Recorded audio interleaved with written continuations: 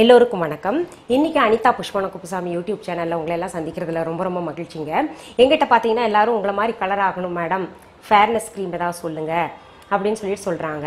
இன்னொன்று நிறைய பேர் என்கிட்ட கமெண்ட்ஸில் வந்து சொல்கிறீங்க, நாங்கள் வந்து பதில் கேட்குறோம், நீங்கள் சொல்ல மாட்டேங்கிறீங்களே மேடம். என்னால் முடிஞ்ச அளவு நான் பதில் தந்துட்டு தான் இருக்கேன். காரணம் என்னென்னா, எனக்கும் பார்த்தீங்கன்னா குடும்பத்தை கவனிக்கணும், குழந்தைங்களை கவனிக்கணும், அப்புறம் என்னுடைய கச்சேரிகள் தொழிலெல்லாம் இருக்கு இல்லையா, அதெல்லாம் கவனிச்சுட்டு அது மேற்கொண்டு எவ்வளவு பதில் கொடுக்க முடியுமோ அவ்வளோ கொடுத்துக்கிட்டு இருக்கேங்க. உங்களுக்கு ஏதாவது சந்தேகம் இருந்தால் கேளுங்க, கட்டாயம் பதில் வரும். கொஞ்சம் முன்ன பின்னா ஆகும். எல்லாருக்கும் பெரிய பிரச்சனையே பார்த்தீங்கன்னா ஆயில் ஸ்கின் தான். அந்த ஆயில் ஸ்கின் இருக்கிறவங்களுக்கெல்லாம் அந்த பிம்பிள்ஸ், அதுவும் சின்ன பிள்ளைங்க, வயசு பிள்ளைங்கள்லாம் இருந்தாங்கன்னா, ஒரு 16-17 வயசு பிள்ளைங்க இருந்தாங்கன்னா, அவங்களுக்கு அந்த ஆயில் ஸ்கின்னால ரொம்ப ஆயில் வடிஞ்சிட்டு ஸ்கூலுக்கு போறதுக்கே கொஞ்சம் ஹெசிடேட் பண்றாங்க. ஏன்னா நிறைய பேர் நான் பார்த்துருக்கேன், ஆயில் ஸ்கின்னா இருக்கே, எத்தனை தடவை நான் முகத்தை அலம்பினாலும் இப்படியே ஒரு மாதிரி கருப்பாகிட்டு இருக்கு, ஆயில் வடிஞ்சுக்கிட்டே இருக்கு, அதனால பிம்பிள்ஸ் வருது அப்படின்னு சொல்லிட்டு ரொம்ப வருத்தப்படுறாங்க. அந்த ஆயில் வந்து எக்ஸஸா இருக்கிறதுனால நமக்கு முகத்துல வடிஞ்சு, அது ஒவ்வொரு சமயம் பார்த்தீங்கன்னா வடிஞ்சு போயிட்டா கூட பரவாயில்ல. ஏன்னா இந்த காலத்துல வந்து யாருமே வந்து அதிகமா வேலை செய்யறது கிடையாது, அதனால அது வடிஞ்சு வேர்வையோட போறது இல்லை. அப்படியே அது அந்த ஸ்கின் நாளங்கள் இருக்கு இல்லையா, டிஷ்யூஸ், அதுல எல்லாம் தங்கிட்டு பிக்மெண்டேஷன் ஆகுது. அப்புறம் வந்து நிறைய அந்த கொப்பளங்கள் மாதிரி வச்சுக்கிட்டு பிம்பிள்ஸா மாறுதுங்க. வெளியில வராதனால அது பிம்பிள்ஸா மாறுது. அந்த பிம்பிள் பார்த்தீங்கன்னா அப்படியே எல்லா இடத்துலயும் ஸ்ப்ரெட் ஆகி முகத்தையே ஒரு அழகு குறைவா காமிக்கிற மாதிரி ஃபீல் பண்றாங்க. இப்போ இந்த பிம்பிள்ஸ் இல்லாம ஆயில் ஸ்கின் இருக்கு இல்லையா, ஓரளவுக்கு ஆயில் ஸ்கின் இருக்கணுங்க கட்டாயம். ஏன்னா ஆயில் ஸ்கின் இருக்கிறவங்கள கொஞ்சம் கவனிச்சு பாருங்க நீங்க, அவங்களுக்கு சுருக்கங்கள் கொஞ்சம் தாமதமா வரும், வயசு கம்மியா தெரியுவாங்க கொஞ்சம் ஆயில் ஸ்கின் இருக்கிறவங்களுக்கு. அதனால கொஞ்சம் ஆயில் ஸ்கின் கட்டாயம் இருக்கணும். இல்லை காம்பினேஷன் ஸ்கின், ஆயில் ஸ்கின் இந்த மாதிரிலாம் இருக்கிறது நல்லா இருக்குங்க, பார்க்கறதுக்கு லுக் நல்லா இருக்கும், யூத் லுக் கொடுக்கும். இப்போ அந்த ரொம்ப எக்ஸஸ் ஆயில் இருக்கும் இல்லையா முகத்துல, அதுக்காக ஒரு ஃபேர்னஸ் க்ரீம் வந்து இப்போ உங்களுக்கு செஞ்சு காமிக்க போறேன். முதல்ல அதற்கு தேவையான பொருட்கள் என்னென்னு பார்த்துடலாம். Flax seeds 1 teaspoon, aloe vera gel 2 teaspoon, அரை மூடி எலுமிச்சை பழம், பிஸ்தா 4, பாதாம் 2, தாமரை விதை பொரி 1 cup, vitamin E oil tube 2, rose water 1 teaspoon. தாமரை விதையிலிருந்து எடுக்கப்பட்ட பொரி பார்த்தீங்கன்னா உங்களுக்கு ஹிந்தியில் வந்து மக்கானான்னு சொல்லுவாங்க. அதோட ஸ்பெல்லிங் சொல்கிறேன், MAKHANA, மக்கானா அப்படின்னு டெக்ஸ்ட் பண்ணால் உங்களுக்கு தெரியுங்க. இதெல்லாம் ஆன்லைனில் கிடைக்கும் உங்களுக்கு. அப்புறம் பார்த்தீங்கன்னா தமிழில் தாமரை விதைன்னு மட்டும்தான் சொல்லப்பட்டிருக்கு. அது வந்து உங்களுக்கு பொரி மாதிரி இருக்கும். இங்கே பாருங்கள், உள்ளே வந்து பாருங்கள், பொரியை நம்ம தொட்டால் எப்படி ஃபீலிங் இருக்குமோ அந்த மாதிரி பொக்கையாக இருக்கும் உள்ளர. இது ஸ்நாக்ஸ்ன்னு பார்த்தா உடம்புக்கு ரொம்ப நல்லது, ஸ்கின்க்கு நல்லது. வந்து பொரிச்சு அடிக்கடி தருவாங்க. அது எப்படின்னு உங்களுக்கு அந்த ரெசிபியை இன்னொரு தடவை சொல்லி காமிக்கிறேங்க. இது கிட்டத்தட்ட பார்த்தீங்கன்னா இந்த பாப்கார்ன் மாதிரி தான். அந்த தாமரை விதையும் பியூட்டி திங்ஸ்க்கும் யூஸ் பண்ணுறாங்க. காஸ்மெட்டிக்ஸ் எல்லாம் பார்த்தீங்கன்னா ப்ரொடக்ஷன் வந்து அதுக்கு ரொம்ப யூஸ் பண்ணுறாங்க. சரி, இப்போ வந்து உங்களுக்கு இந்த ஃப்ளாக்ஸ் சீட்ஸை ஃபஸ்ட்டு என்ன பண்ணலான்னு நான் சொல்லிடுறேங்க. இந்த பேன் வந்து நம்ம அடுப்பில் வச்சுக்கலாங்க. அடுப்பில் வச்சுட்டு பற்ற வச்சிடலாம். அதில் இந்த ஃப்ளாக்ஸ் சீட்ஸ் போட்டு கொஞ்சம் தண்ணி ஊற்றிக்கலாம், அதுக்கு தேவையான அளவு தண்ணி ஊற்றிக்கலாங்க. இது கிட்டத்தட்ட உங்களுக்கு ஒரு 3/4 டம்ளர் தண்ணி விட்டுக்கலாங்க. இந்த ஃப்ளாக்ஸ் சீட்ஸை பற்றியும் சொல்லி ஆகணும். ஃப்ளாக்ஸ் சீட்ஸ் வந்து பார்த்தீங்கன்னா ரொம்ப உடம்புக்கு நல்லது. அதாவது சாப்பிட்றதுக்கும் நல்லது, தலைக்கு தடவுறதுக்கும் நல்லது. ஏன்னா இதில் ஒமேகா 3 ரொம்ப இருக்குங்க. இதுல இருந்தா ஒமேகா 3 டேப்லெட்ஸ் எல்லாம் எடுக்கிறாங்க, ஆன்டி ஆக்சிடென்ட்ஸ். இது கிட்டத்தட்ட உங்களுக்கு சொல்லியிருப்பேன் ஏற்கனவே முன்னாடியே ஒரு எபிசோட்ல. இது வந்து அந்த மெனோபாஸ் டைம்ல இருக்கிற லேடிஸ் எல்லாம் சாப்பிட்டாங்கன்னா ரொம்ப நல்லது. இன்னொன்று, ஒல்லி ஆகணும்னு நினைக்கிறவங்க பார்த்தீங்கன்னா தண்ணியா மோர் அடிச்சு அதுல இந்த பவுடரு போட்டு சாப்பிடலாம். எந்த விதமான சாப்பாட்டுலையும் குழம்புல போட்டு சாப்பிட்றவங்களும் இருக்காங்க, வெறுமனே இந்த சாதத்துல பொடி போட்டு சாப்பிட்றவங்களும் இருக்காங்க. ஃபாரின்ல எல்லாம் இது நிறைய உட்கொள்வாங்க, ரொம்ப நல்லா இருக்கும் சாப்பிடவும். இது வந்து கொதிச்சிட்டு இருக்கட்டுங்க. அடுத்தது நம்ம என்ன பண்ணணும்னா, ஒரு சின்ன மிக்சி ஜார் எடுத்துக்கலாம். அதில் இந்த தாமரை விதை பொரி இருக்கு இல்லையா, அது போட்டுக்கலாங்க. பிஸ்தா சொன்னேன்ல, அந்த பிஸ்தா எடுத்துக்கலாம். அப்புறம் வந்து பாதாம் இதெல்லாம் போட்டு ரோஸ் வாட்டர் போட்டு நம்ம கொஞ்சம்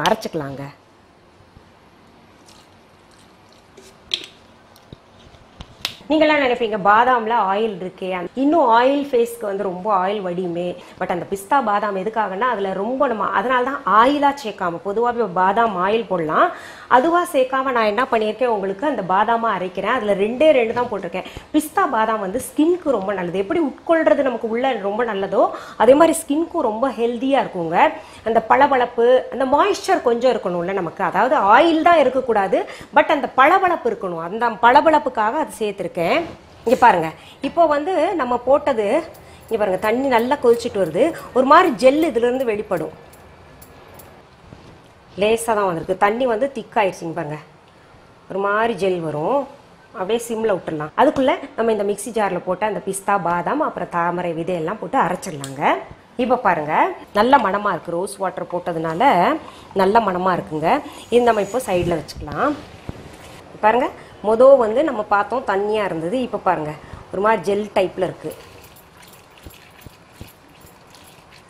பாருங்க இந்த சக்கரை பாகு காய்ச்சினா எப்படி இருக்கும், ஒரு மாதிரி திக்னஸா நல்ல ஜெல் வந்திருக்குங்க பாருங்க.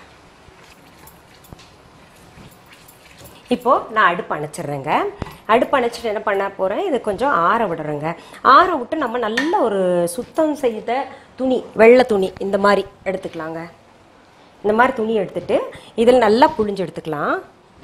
நல்லா சுண்டிட்டு ஓரளவு ஜெல்லு நல்லா திக்னஸில் சரியான பதத்தில் இருக்குது, ஆறிடுச்சு கொஞ்சம். இப்போது ஒரு பவுல் எடுத்துட்டு அதில் இதை ஊற்றிக்கலாங்க. துணி வச்சு அது மேலே ஊற்றிக்கலாம். இதை நல்லா மடித்து பிழிஞ்சு எடுக்கணும். இப்போ நம்ம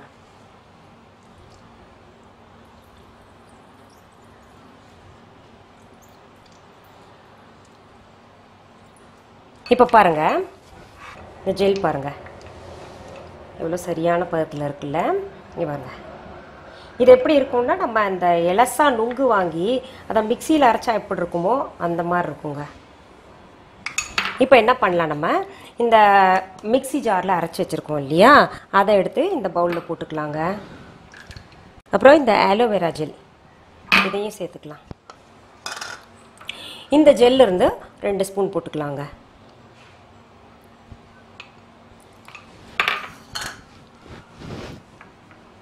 பாருங்க நல்லா கலக்கணும் இதை. இதில் பார்த்தீங்கன்னா நான் எந்த கெமிக்கலும் சேர்க்கல. ஒரு சிலர் வந்து கிளிசரின் வந்து கட்டாயம் எந்த காஸ்மெட்டிக்லேயும் கிளிசரின் சேர்ப்பாங்க.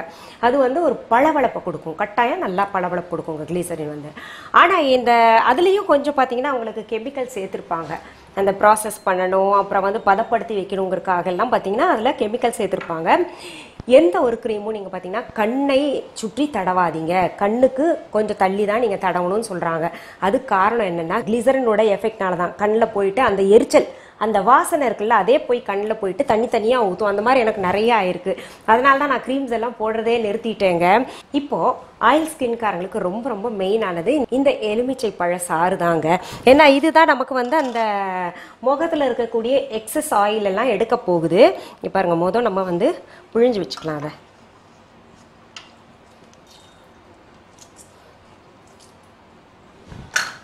இதை நம்ம அப்படியே கையாலே வடிகட்டிக்கலாங்க. அடுத்தது நம்ம சேர்க்க வேண்டியது இந்த விட்டமின் இ ஆயில் கேப்சியூல் 2 சேர்க்கணும். இந்த விட்டமின் இ ஆயில் கேப்சூல் பார்த்தீங்கன்னா உங்களுக்கு இந்த கோல்டன் கலர்லேயும் கிடைக்கும், இந்த பச்சை கலர்லேயும் கிடைக்குங்க. உங்களுக்கு எது கிடைக்குதோ அது வாங்கிக்கோங்க. இந்த கேப்சூல் வந்து எப்படி புழக்கணும்னு பாருங்கள். சேஃப்டி பின் ஒன்று எடுத்துக்கோங்க, அதால் ப்ரிக் பண்ணிக்கோங்க. இங்கே பாருங்கள், அதுவும் உள்ள ஒரு ஜெல் மாதிரி தான் இருக்கும் ஆயில். ஃபுல்லாக நல்லா ஸ்க்வீஸ் பண்ணிடுங்க.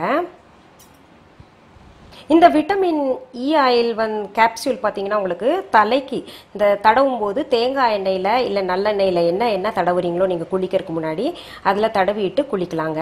பட் இது ரெகுலராக யூஸ் பண்ணாதீங்க. தினமும் நல்லா இருக்குன்னு சொல்லிட்டாங்களே இவங்க. ஒரு சிலர் சொல்லுவாங்க ரெகுலராக யூஸ் பண்ணலான்னு, பட் இட்ஸ் நாட் அட்வைசபிள். ரெகுலராக போடக்கூடாதுங்க. முகத்தில் கருப்பாக அங்கங்கே பேட்சாக வந்துடும். நல்லா அடிச்சிடணுங்க. இது முடிஞ்சால் இன்னொரு தடவை மிக்சியில் கூட அடிச்சுக்கலாம். இருங்க, நான் மிக்சியில் அடிச்சுட்டுங்க. நல்லா கலந்துரும் பக்குவமாக. நல்லா க்ரீமியாக இருக்கு பாருங்க. இதில் எந்த கெமிக்கலும் இல்லாமல் நேச்சுரலாக இது பண்ணியிருக்கோம். இப்போ இதை வந்து நம்ம கண்டெய்னரில் போட்டுக்கலாங்க டைரெக்டாக. ஆனால் இது அரைக்கிறது லேசுப்பட்ட காரியம் இல்லைங்க.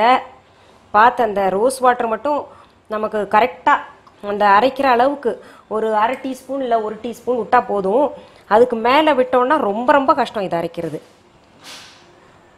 இப்போ பாருங்கள், இந்த க்ரீம் பதத்துக்கு கடையில் எந்த மாதிரி விற்கிறாங்களோ அதே மாதிரி வந்துருச்சுங்க. சுத்தமாக கெமிக்கல் இல்லை, 1% கூட கிடையாது.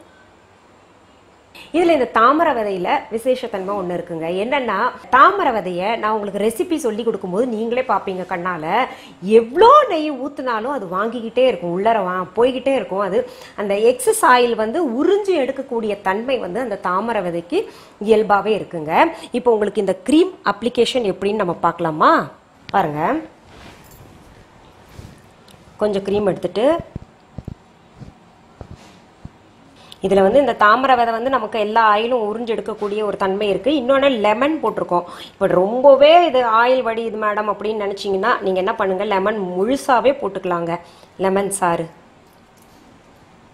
இன்னொன்று, ஃபேஸ்க்கு நீங்கள் தடவும் போது என்ன பண்ணுறீங்கன்னா, முகம் இருக்குன்னா கீழிருந்து அப்வர்ட்ஸ், இப்படி அப்வர்ட் டைரக்ஷனில் இப்படி தடவணும். இல்லைன்னா என்ன ஆகும்னா, இப்படி நம்ம இஷ்டத்துக்கு மனம் போல் நம்ம தடவணும்னா சுருக்கம் சீக்கிரம் விழுந்துருங்க.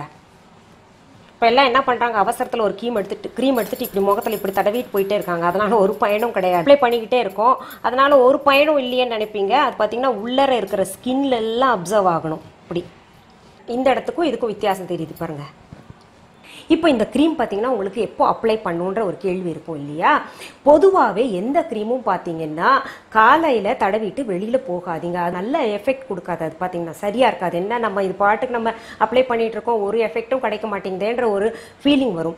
எப்போவுமே அந்த நைட் டைமில் தூங்குறதுக்கு முன்னாடி இந்த க்ரீம் அப்ளை பண்ணுங்க. இது அப்ளை பண்ணிகிட்டே வாங்க. 1 வாரம் இல்லை 10 நாள் கழித்து எனக்கு ரிசல்ட் நீங்கள் தான் சொல்லணும். இப்போ பாருங்கள், இந்த 2 கையும் உங்களுக்கு வச்சு காமிக்கிற வித்தியாசம். இந்த கையில் தான் நான் வந்து அப்ளை பண்ணி காமிச்சேன் உங்களுக்கு. இதில் சுத்தமாக ஆயில் கிடையாது, உள்ள நரம்பு ஓடுறதெல்லாம் உங்களுக்கு தெரியுது. இந்த கையில் பாருங்கள் ஆயில் இருக்குது, இங்கே பாருங்கள் ஆயில் இருக்குது. டிஃப்ரென்ஸ் பாருங்கள், கலர் டிஃப்ரென்ஸ். இங்கே பளீர்னு இருக்குது, பளிச்சன் இருக்குது, தொட்டாலும் சாஃப்டாக இருக்குங்க. இதில் வந்து கொஞ்சம் இந்த இது இருக்குது. ஒரு 2 நிமிஷம் தான் உங்களுக்கு வச்சு காமிச்சது தான், அதுக்குள்ளே நான் கழுவிட்டேன். அதுலேயே இவ்வளோ டிஃப்ரென்ஸ் தெரியுது பாருங்கள். இப்போ உங்களுக்கு இது போன்ற ஹெல்த் டிப்ஸ், பியூட்டி டிப்ஸ், அப்புறம் என்னுடைய சமையல் நிகழ்ச்சிகள், எங்களுடைய பழமொழி கதைகள், இன்னும் நல்ல நல்ல தகவல்கள்லாம் உங்களுக்கு தேவைப்படுமே. ஆனால் நீங்கள்லாம் செய்ய வேண்டியது ஒன்று தாங்க, அனிதா புஷ்பவனம் குப்புசாமி யூடியூப் சேனலை சப்ஸ்கிரைப் பண்ணுங்கள். புதுசாக சப்ஸ்கிரைப் பண்ணுறவங்களுக்கு பக்கத்தில் பெல் ஐக்கான் பட்டன் ஒன்று காமிக்கும், அதையும் நீங்கள் டச் பண்ணி விடுங்க. அப்போ தான் பார்த்தீங்கன்னா உங்களுடைய கவனத்திற்கு நான் இனிமே போடக்கூடிய பதிவுகள் எல்லாமே வந்து சேரும், நீங்கள் தொடர்ந்து பார்க்கலாம். இதுக்கு முன்னால் இருக்கக்கூடிய பதிவுகள் எல்லாம் நீங்கள் பார்க்கணும்னு நினச்சிங்கன்னா டிஸ்கிரிப்ஷன் பாக்ஸில் என்னுடைய யூடியூப் லிங்க் இருக்கும். அந்த லிங்க்கை நீங்கள் டச் பண்ணிங்கன்னா இதுக்கு முன்னாடி என்னென்ன சமையல் செஞ்சேனோ இல்லை ஹெல்த் டிப்ஸ், பியூட்டி டிப்ஸ் எல்லாம் போட்டேனோ அதெல்லாம் நீங்கள் பார்க்கலாங்க. சரி, மீண்டும் சந்திக்கலாமா? நன்றி, வணக்கம்.